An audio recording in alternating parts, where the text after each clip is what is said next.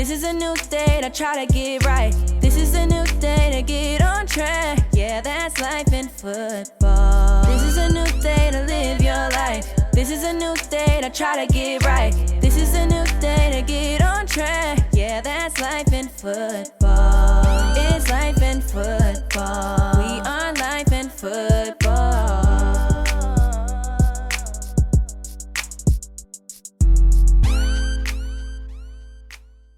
You are now listening to the Life in Football podcast. Check out the new website, lifeinfootball.com. Once again, the website is lifeinfootball.com. Thanks for listening. Welcome to the Life in Football podcast, baby. I'm your host, Mike V. And this your coach, Colin Moore. You know we loving life and enjoying football. Top-notch coaches all around the world. Top-notch coaches all around the world. Today we got a coach on from the University of Marshall, the Herd, baby. And he represents for the M time, putting it down. He goes by the name of Dominique Bowman. And he's a coach with experience, and he was a ball player. And he done did it at all levels, y'all. He done did it at the D1 level. He also was a coach at UT Mars, Austin Peay, and Arkansas Monticello. But I love it because any coach with playing experience and a coach that's determined to also show his players how to do it and on a big time level at what they playing at right now is all you can ask for, man. The University of Marshall, hey, they got a top-notch program out there. We already know that. That's Thunder and Herd, baby. We already know what they about. That's the home of Randy Moss. But without further ado, we're going to go ahead and get into the story of Coach Dominique Bowman. How you doing, Coach? I'm doing good, man. Thank you guys for having me. I'm excited. Hey, it's a blessing to have you on. You know I got to get right into it with you, Coach. Man, how you and Coach Locke met up, man? Because y'all seen he hit me back and was like, y'all got to get my boy on. So I'm like, all right, let's get him. And it make it seem like you and him just as close as me and Mike. So you got to give me the story on that. Yeah, so Coach Locke is my brother, man. We met back in Memphis, coaching high school football. He was the offensive coordinator at Cordova High School, and I was the defensive coordinator at Cordova High School. So we just met back then in high school, and we built a relationship. And that's my brother, man. We closest, thick as thieves. You know, that's my guy. So good ball coach, good dude. He's helped me out along the way big time. So, Coach, is that basically when you knew you had the coaching itch back once you got out of school, or you knew it from when you was a little boy? Well, no, obviously, I played at a school called Lambuth University in Jackson, Tennessee, and I had the opportunity to play for Indiana's head coach. Tom Allen was my defensive coordinator, and Hugh Freeze was the head coach. And so, obviously, once I got out of college and I saw how Coach Allen and Coach Freeze touched my life, young kid from Memphis, Tennessee, inner city Memphis, Hugh Freeze and Tom Allen baptized me in 2008. And I knew then, I'm like, man, you know, I want to try to find a way to give back. So obviously, as a player, you want to try to play at the next level. You want to try to, you know, go as high as you can. So initially, I didn't think about that. But I went back home to Memphis, and I started to work a real job, you know. And there's nothing wrong with that, but it wasn't for me. And so I went to Cordova High School, and I was just the DB coach, you know, and Anthony Jones, who's a running back coach at Memphis, gave me the opportunity to be the defensive coordinator. And so that's kind of how I got into coaching high school ball. And I fell in love with it. And once I started coaching high school ball, I knew then that I didn't want to do anything the rest of my life but coach football, you know. So that's kind of how I got into coaching. I would say Hugh Freeze and Tom Allen, two good guys, was a huge inspiration to me. Just seeing how they touched my life and baptizing me and getting my life turned around through Christ, through Coach Allen and Coach Freeze, and I mean that's an easy way to change a young man or touch his life. So that's kind of what got me into wanting to be a coach. Now, Coach, I want to know, how was it for you growing up, and who helped you to become the person that you are today? Yeah, man. Growing up, I was in a two-parent home. Obviously, my mom and my dad both were married. But my father, I mean, We didn't have much coming up through when I was younger. But as we got older, my father started to provide, and my father, man, he's just a hardworking guy. I've never seen him say no to anything. Never seen him too tired to get up, go to work. And he always told me, if you start something, it's important that you finish it. You don't have to keep doing it, but make sure you finish. And that mindset just stuck with me for throughout. I mean, even to this day, at 36 years old, and I go through my personal problems, I call my father, and he's always got the right words and the right wisdom, and he knows what to say to make the situation better. So I think my dad, Dennis Bowman, has been the biggest inspiration in my life as a coach. He was my first coach as a kid. So I didn't have my coach all the way up to ninth grade. I hadn't had any other coach in basketball, football, or track but my dad. And I mean, he's just a hardworking dude, and he knew he had kids watching him. So he'd get up, go to work every day, come home, take us to football practice, take us to basketball practice, work 2 and 3 jobs, and he just was that kind of guy, So I think he instilled that work ethic and that chip on my shoulder, never give up, keep grinding mentality. Now, Coach, a lot of people may not know the high school scene football wise in Memphis is huge, man. You got a lot of Yeah, top-notch players coming out of Memphis. yeah. Also, man, and the reason I know this because a few guys I played at Alabama State with came from Mm-hmm. Memphis. A guy by the name of Nolan Turner, Yeah. Michael Cole, Michael Cole, yeah. and Amar. What was it? Amar Turner or Amar Taylor? Yeah, But so he was a running back. But yeah, Michael Cole and I went to the same high school. He went to Cordova High School as well. So I know Michael Cole really well.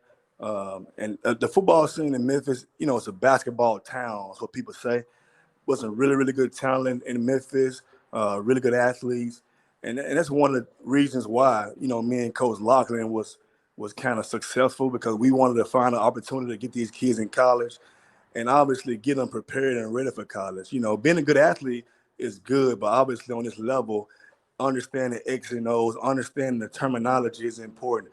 So anytime I get an opportunity to go back to Memphis and do a clinic or talk football with the high school coaches, I try to do that as much as I can, just get those guys ready. Because, like I know running full speed and jumping high is good, but if you go in the wrong direction, it's wrong. So obviously helping those guys out in terms of understanding the different terminology, understanding different schematics, and getting it from the neck up will help those guys along the way. But yeah, man, Memphis has a ton of talent, and I love recruiting Memphis. Coach, it seemed like you and Coach Huff, like the whole staff he organized, looked like y'all just finna take over and make Marshall like everything it is and everything it's supposed to be, man. So how you feel about being in that situation? Well, first of all, Marshall history is great, and the staff before us did a tremendous job of building a foundation and bringing in good players. And Coach Huff is an excellent head coach. I mean, he's a natural, detail-oriented guy, super, super disciplined, organized. And I didn't know Coach Huff, honestly. I did not know Coach Huff at all, but getting the opportunity to work with Coach Huff has been a dream come true to me. And I'm thankful for the opportunity to be with Coach Huff. And hopefully on September 4th, we put a good product on the field versus Navy, and we can make the Herd fans proud. I'm sure y'all will, Coach. Do the players get to come? Well, I know they do, but do they come into your room and just talk to you about life and stuff outside of football as well? Absolutely, man. I tell my kids all the time, man, vulnerability creates trust. And what that means is this. If you're vulnerable with a person, if I bring in my office and I tell them something that's so vulnerable to me, that's something that hurts me, that I've been through, that to somebody else it would be embarrassing to talk about or be frowned upon. And once you tell a kid that about you, and he say, "Hey, listen, well, Coach Bowman has become vulnerable to me. If he trusts me as a player to tell me something in his life that's so vulnerable, obviously I would do what I can to be on time. I'm gonna do everything I can to not make a mistake. I'm gonna do everything I can not to let them down." So every single day they come over to my house or they come to my office and we sit down and we talk about it. Because obviously, in order for you to coach a kid hard, he has to trust you. And in order for you to be able to build that trust, you got to be vulnerable with them. And once you're vulnerable, they see you're a real person. And then on the game day and it's 3rd and 7 and they make a mistake, now you can coach them hard. Now they look at you and say, hey, listen, this the same guy who we sat in the office with at 3 o'clock, and he talked about his issues, and we talked about my real problems. He loves me. So he's getting on to me, but it's just football. You know what I mean? So that's kind of how it is. And I always tell guys again, vulnerability creates trust. And that's kind of, we kind of try to do it here. Now, Coach, this is my last question for you. I want to know, how does it feel for you?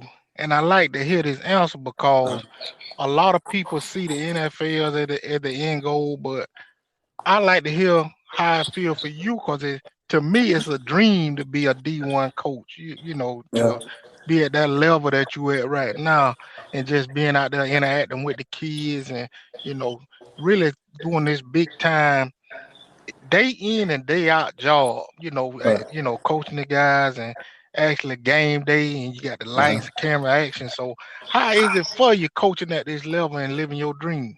Mike, honestly, and I tell guys all the time, the wins feel the same and the losses feel the same. If it's Cordova High School, if it's Arkansas Monticello, if it's UT Martin, if it's Austin Peay, all the places I've been, the kids feel the same when they win and the kids feel the same when they lost. So you're not going to tell me the GAC Conference Championship at Arkansas Monticello feels worse to lose than losing the Conference USA. So for me, when I'm on the field, when I'm between the lines, I just see my kids, I see what we got to do, and I see the goal. But honestly, Mike, I never was one of those guys that say, hey, I want to coach in the NFL,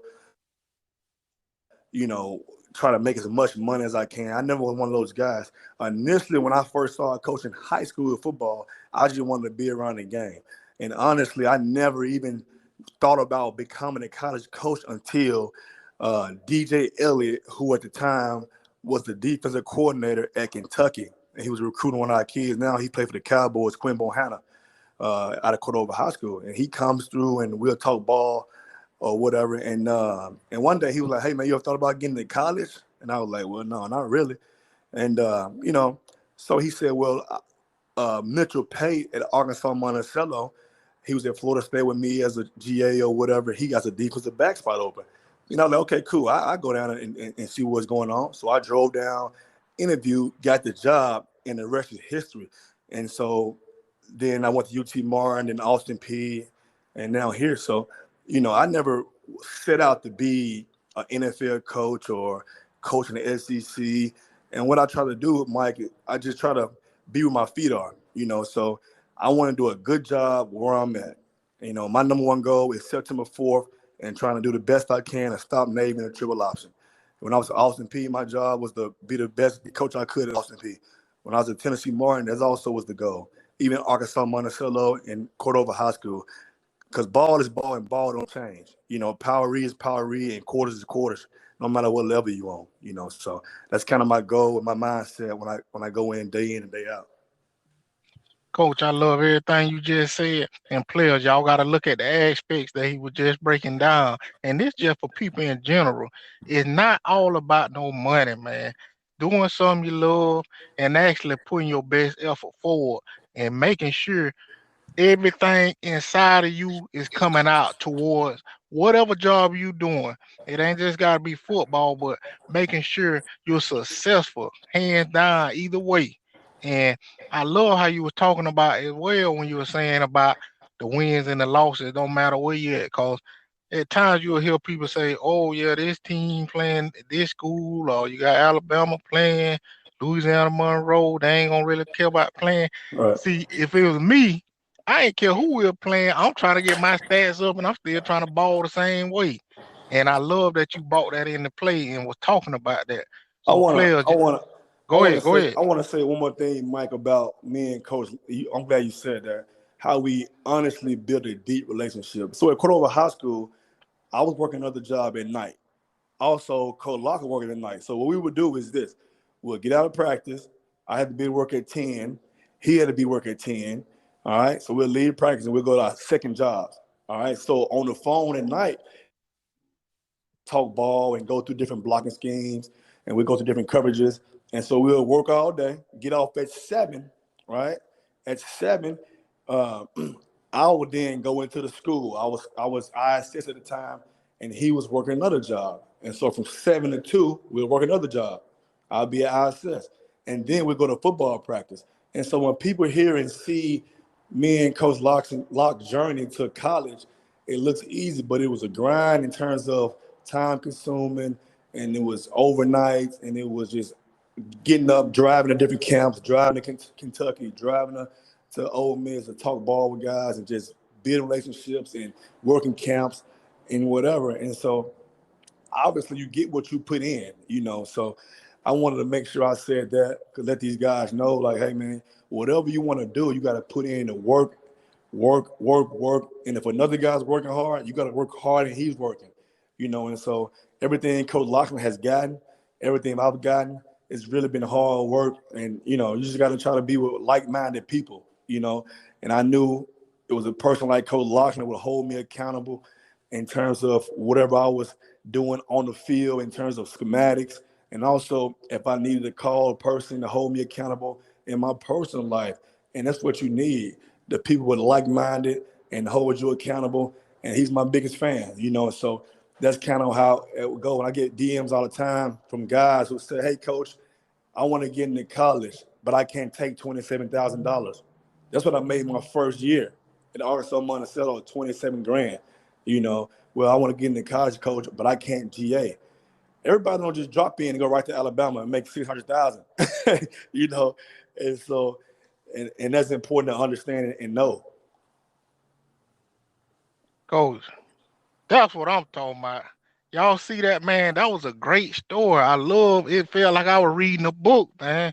And this is what I'm talking about, the game of life and the game of football. They were so determined to grow and be the best. They made the most of the moment, and they continued to grow. And that's what it's all about, fella. Making sure you prosper and not close your eyes, but you keep them open, because you never know when the opportunity is going to come. And I want to thank Coach again for coming on. Y'all, this is a top-notch coach at Marshall, man, for the herd.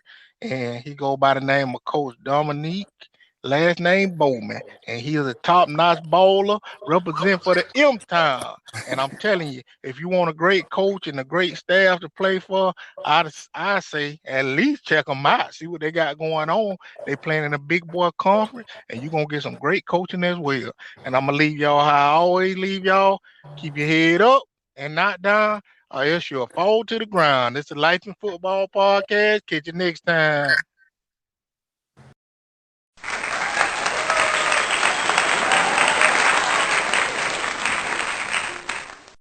You are now listening to the Life in Football podcast. Check out the new website, lifeinfootball.com. Once again, the website is lifeinfootball.com. Thanks for listening.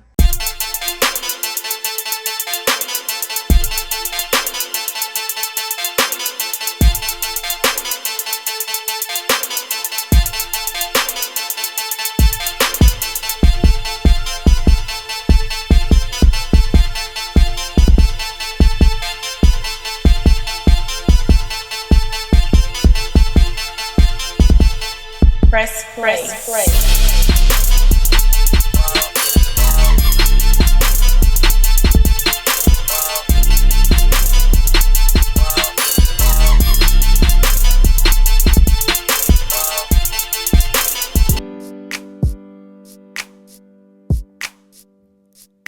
This is a new day to live your life. This is a new day to try to get right. This is a new day to get on track. Yeah, that's life in football. This is a new day to live your life. This is a new day to try to get right. This is a new day to get on track. Yeah, that's life in football. It's life in football. We are life in football.